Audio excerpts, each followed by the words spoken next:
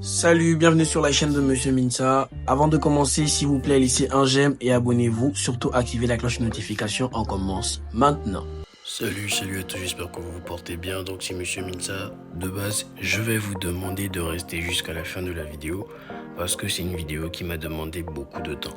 Donc s'il vous plaît, je vous assure que la vidéo va vous aider à rester jusqu'à la fin de la vidéo. Au passage, si vous êtes nouveau, prenez déjà le temps de vous abonner, ça ne vous coûte rien. C'est une façon de nous encourager.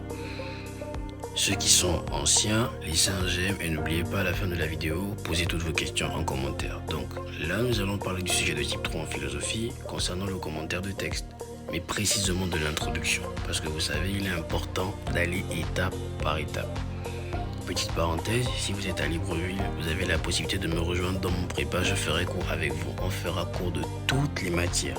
Je dis bien toutes les matières, mais seulement pour les séries A1 et B. Donc écrivez rapidement au 074 69 16 35. Donc l'introduction au sujet de type 3.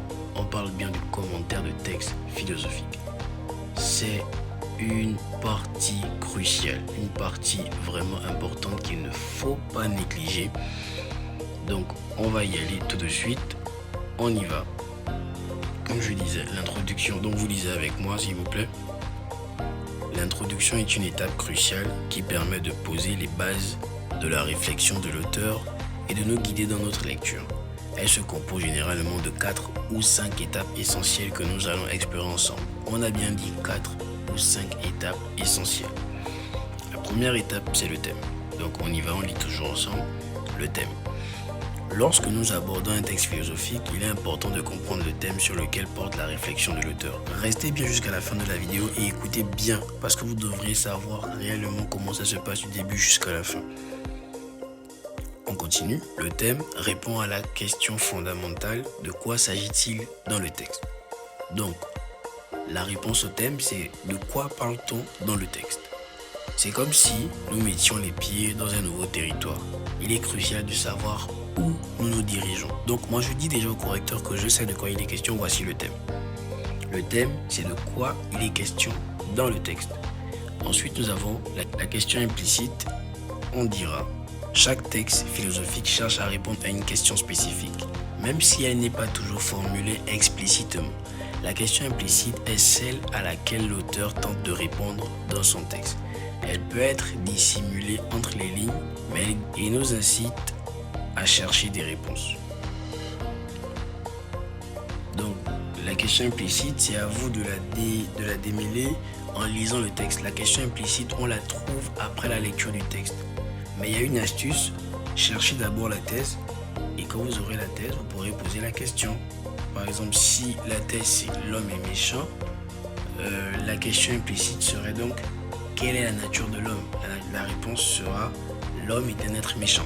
L'homme est méchant. Donc vous voyez, le mieux c'est de trouver d'abord la thèse et après je vais chercher la question implicite. C'est Monsieur Minsa, je suis là pour vous donner tous ces conseils-là. Donc on a parlé de la question implicite, parlons maintenant de la thèse. La thèse est le point de vue ou la position défendue par l'auteur dans son texte. C'est l'opinion qu'il souhaite nous transmettre et qu'il va développer tout au long de son argumentation. Comprendre la thèse de l'auteur est essentiel pour saisir ses intentions et pour pouvoir remettre en question ses arguments par la suite. Ça c'est le 3, on sait très bien ce que c'est la thèse. Allons-y. La quatrième étape, c'est la question problème. La question problème vient révéler les insuffisances et les limites de la thèse de l'auteur. Elle a pour objectif de nuancer ou de relativiser la thèse présentée. En posant une question critique, nous sommes incités à adopter une perspective plus nuancée et à prendre en compte d'autres angles de vue. Numéro 5. Éléments facultatifs, choses facultatives. On parle ici de la structure. Enfin, la structure est l'ensemble des étapes qui composent la réflexion de l'auteur. Bien que facultative dans l'introduction, elle peut être utile pour comprendre comment l'auteur va développer son argumentation. Elle nous offre une vue d'ensemble du texte et nous permet de suivre le cheminement de la pensée de l'auteur. En somme, l'introduction en philosophie est un véritable guide qui nous permet de nous orienter dans la lecture d'un texte. En comprenant le thème, la question implicite, la thèse et la question problème, nous sommes mieux préparés pour appréhender les arguments de l'auteur et pour développer notre réflexion. Ça, c'était la théorie, on a beaucoup parlé. Allons-y maintenant à la pratique. Je vous ai dit restez jusqu'à la fin de la vidéo. Restez jusqu'à la fin de la vidéo. Si jusqu'à présent tu as apprécié et tu comprends déjà réellement de quoi il est question, mets un j'aime. On continue. Donc, exemple de rédaction. Ici, nous avons un texte. Voilà. Je trouve que ce sera un peu long, mais on va essayer de lire les premières lignes. Pour tout dire, nous ne voyons pas les choses même. Nous nous bornons le plus souvent à lire des étiquettes collées sur elles. Cette tendance issue du besoin s'est encore accentuée sous l'influence du langage, car les mots, à l'exception de noms propres, désignent tous des genres. Le mot qui ne note de la chose que sa fonction la plus commune et son aspect banal s'insinue entre elle et nous, et en masquerait la forme à nos yeux si cette forme ne se dissimulait déjà derrière les besoins qui ont créé le mot en lui-même. Et là, on comprend que le texte quand même il tourne autour de quelque chose. Moi, je peux déjà savoir que le texte parle soi-disant de l'influence du langage. Peut-être comme ça. Bah oui, c'est dans les premières lignes qu'on arrive à démêler ou à déceler cela. Et on nous dit que c'est un texte de Bergson. Maintenant, moi j'ai un texte. J'ai eu à dégager certaines choses qui me semblent importantes. Je vais passer à une proposition de correction. Mais, comme c'est Monsieur Minza, et je suis là pour vous aider pour le baccalauréat, voici l'introduction passe-partout. Vous avez une introduction au sujet de type 3 qui passe partout. L'introduction au sujet de type 3 qui passe partout. Peu importe le thème sur lequel vous allez tomber, peu importe le texte. Vous utilisez la méthode de Monsieur Minza, donc la méthode M, elle passe partout. Vous allez simplement dire le texte de, vous mettez le nom de l'auteur, soumis à notre analyse, traite de la thématique de. Après, vous ressortez le thème. Point. L'auteur, donc je remets le nom de l'auteur, nous invite je fais un constat sur l'idée générale du texte. En gros, je dis un peu ce que j'ai pu dégager de l'idée générale, pas la thèse, ce que j'ai pu dégager de l'idée générale, l'idée générale. Je dis et après je mets un point. Donc face au thème que j'ai pu trouver, il se pose une question fondamentale. Et là, je ressors la question implicite. Et après, je dis à cette question, il répond en disant, je ressors maintenant la thèse. Une fois que j'ai ressorti la thèse, je vais devoir nuancer. Cependant, je vais devoir poser une question pour montrer les limites de la thèse. Voici l'introduction passe-partout pour le sujet de type 3 en philosophie. Introduction passe-partout pour le commentaire de texte philosophique. Partagez cette vidéo au maximum. Partagez la vidéo. Maintenant, ça c'est la proposition. On n'a pas la forme concrète, ce n'est qu'un chemin.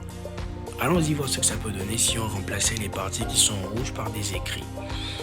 Donc, on va essayer de traiter le texte de Bergson ici. Et nous, on va dire le texte d'Henri Bergson, soumis à notre analyse, traite de la thématique de. Vous voyez que là, ça devient plus noir. Donc, en gras, c'est pour dire que j'ai remplacé ce qui était en parenthèse et je réponds maintenant. Traite de la thématique de la perception et l'influence du langage sur notre compréhension du monde. Point. Et après, je continue. Dans cet extrait de texte, Bergson nous invite à remettre en question notre manière habituelle de voir les choses et de les réduire à des étiquettes préconçues. Face à cette réflexion, une question fondamentale émerge. Là maintenant, j'insère maintenant la question implicite. Comment le langage influence-t-il notre perception et limite-t-il notre compréhension de la réalité? À cette question, Bergson répond en affirmant que le langage éloigne de nous la véritable nature des objets et de nos états d'âme en ne saisissant que leur aspect le plus commun et impersonnel. Cependant, donc vous voyez que là maintenant je suis en train de mettre un connecteur d'opposition parce que je m'apprête à insérer maintenant la question qui viendra nuancer. Cela soulève une question importante. Comment pourrons-nous alors retrouver une vision plus authentique et individualisée du monde au-delà des limitations imposées par le langage? Je vous assure que le procédé de M. Minza, il est assez simple. Donc c'est ce procédé que je vais garder et que je vais utiliser pour le baccalauréat parce que j'ai confiance en M. Minza. Simplement, c'est là. Voici la doc. On cherchait la doc. Voici la compréhension. Donc, vous prenez le temps de regarder encore la vidéo. Recommencez depuis le début. Vous devez comprendre chaque étape, chaque élément. C'est vraiment important. Quand on est en terminale, on n'est pas pressé. On prend réellement le temps d'écouter les choses, les cerner et après utiliser ces choses-là. Donc, je vais vous demander une chose importante. Cette vidéo m'a demandé beaucoup de temps. Donc, vous aussi, prenez le temps de laisser un j'aime et de vous abonner. Et de laisser un commentaire si vous voulez la suite. On continue, je suis là pour vous. Je vous remercie. C'était Monsieur Minza.